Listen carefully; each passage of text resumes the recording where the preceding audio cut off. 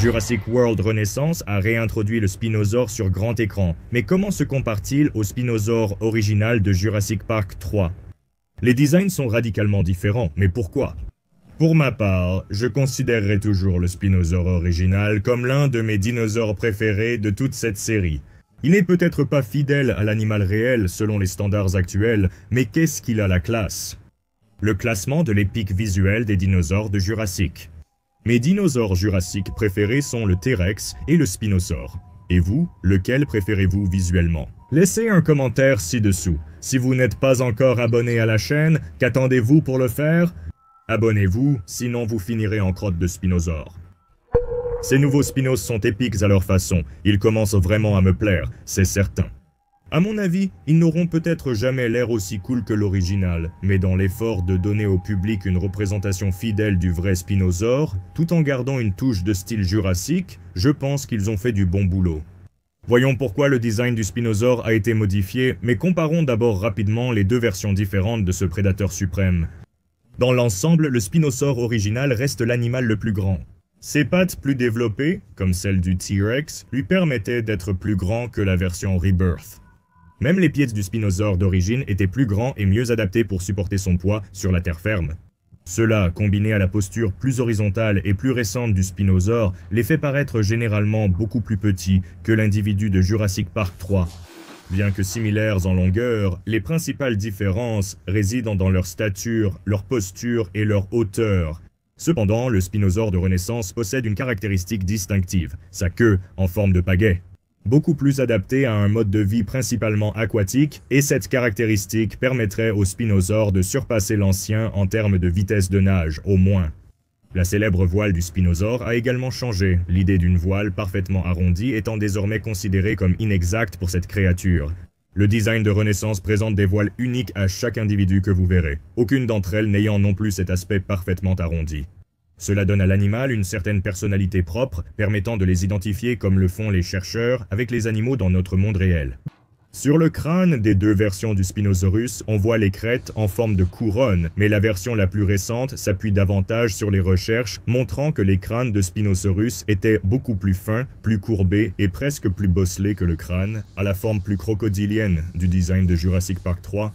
En continuant, les couleurs plus plates et neutres de l'ancien design du Spino donnaient à la créature une apparence terrifiante, presque spectrale. Parfait pour faire peur même aux tueurs les plus expérimentés. Pour Rebirth, les colorations étaient moins destinées à effrayer les gens et davantage à aider les animaux à se fondre dans leur environnement naturel.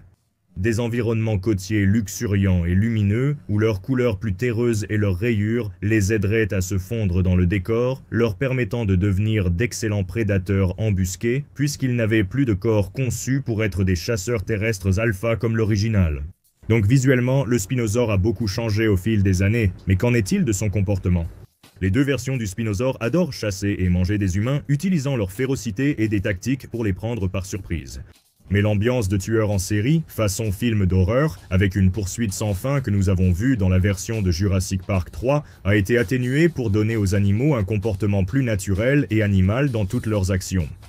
Les nouveaux inspectent, traquent et attaquent agressivement. Mais une fois les humains hors de leur territoire, ils cessent leur poursuite. Contrairement au Spinosaure original qui semblait poursuivre les humains à travers la moitié de l'île et qui aurait probablement continué à les traquer s'ils n'avaient pas quitté les lieux. Maintenant, abordons la grande question. Pourquoi tous ces changements ont été apportés au Spinosaure dans Jurassic World Rebirth? La réponse est à la fois incroyablement simple et terriblement complexe. Dans le monde réel, le Spinosaure a vécu l'une des histoires les plus étranges et dramatiques de la paléontologie. Du premier spécimen jamais découvert, qui a été détruit lors d'un bombardement pendant la Seconde Guerre mondiale, aux théories et interprétations sans cesse changeantes et souvent agressives proposées par certains des chercheurs les plus respectés du domaine. La représentation du Spinosaure a évolué au fil du temps, passant d'une posture droite rappelant un T-Rex avec une voile, à un design plus monstrueux à l'époque de Jurassic Park 3, puis une phase pélican, pour finalement se situer aujourd'hui entre ces différentes représentations. Ces changements reflètent notre compréhension évolutive du mode de vie du Spinosaure. Même aujourd'hui, des débats sans fin continuent au sujet du Spinosaure, donc attendez-vous à ce que sa représentation change encore à l'avenir. La refonte du spinosaure dans Rebirth visait principalement à refléter l'exactitude paléontologique moderne de l'animal. Les personnes qui prennent ces décisions concernant les designs subissent une pression constante pour que les dinosaures de cet univers fictif ressemblent à leurs représentations paléontologiques actuelles. Je comprends la volonté de certains de faire pression sur la franchise Jurassic pour une éducation précise du public. Si vous êtes passionné de science et d'exactitude, je peux comprendre votre agacement. C'est vraiment un chemin difficile à emprunter quand on veut rendre hommage au passé et honorer ces représentations légendaires issues des années d'or de la franchise. C'est vraiment un design incroyable, on ne peut pas le nier, même aujourd'hui. Mais il faut aussi comprendre qu'ils sont dépassés en termes de précision scientifique. Donc, c'est bien de mettre à jour ces designs pour s'assurer que tout le monde reste aussi informé que possible sur ces animaux.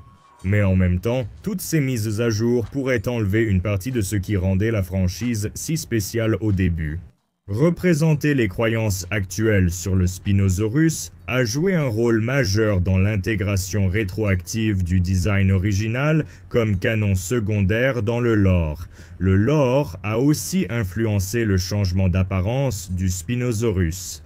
Bien qu'il n'y ait pas de réponse évidente, en rassemblant quelques informations et en utilisant du bon sens et de l'imagination, il y a une raison très claire pour ce changement de design. L'animal de Jurassic Park 3 n'était pas un véritable Spinosaurus. Il a été conçu pour être un super prédateur terrestre qui surpasserait même un T-Rex. Le Spinosaurus de Rebirth semblait être une nouvelle tentative de ramener l'espèce à la vie d'une manière qui n'engendrerait pas un tueur à la Jason Voorhees comme la dernière fois. Et le lore de cette franchise comporte maintenant tellement de secrets cachés que ces personnes qui clonaient des dinosaures se les cachaient les uns aux autres. Les scientifiques sur l'île que nous avons vue dans Rebirth n'étaient peut-être même pas au courant de celui sur Isla Sorna, du moins du Spinosaurus là-bas.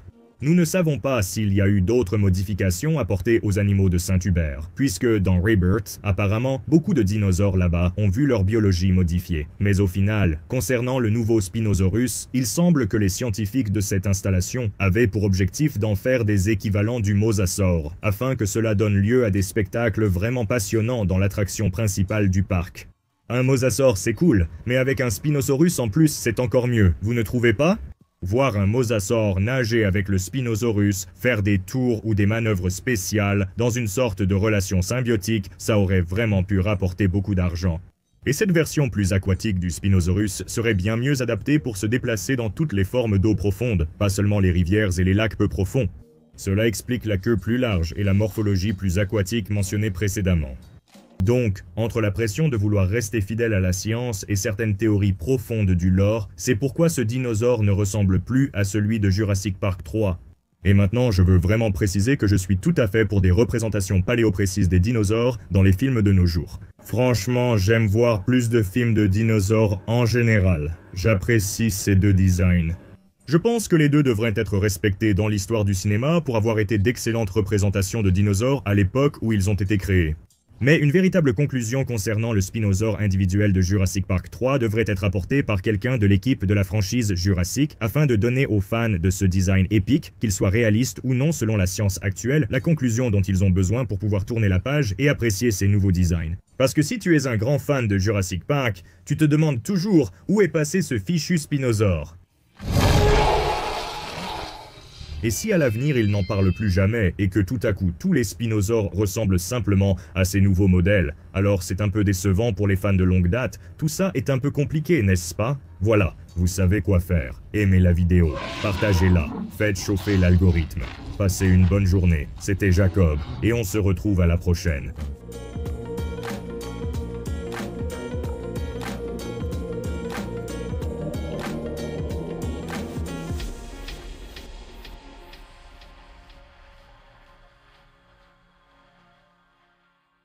Merci d'avoir regardé.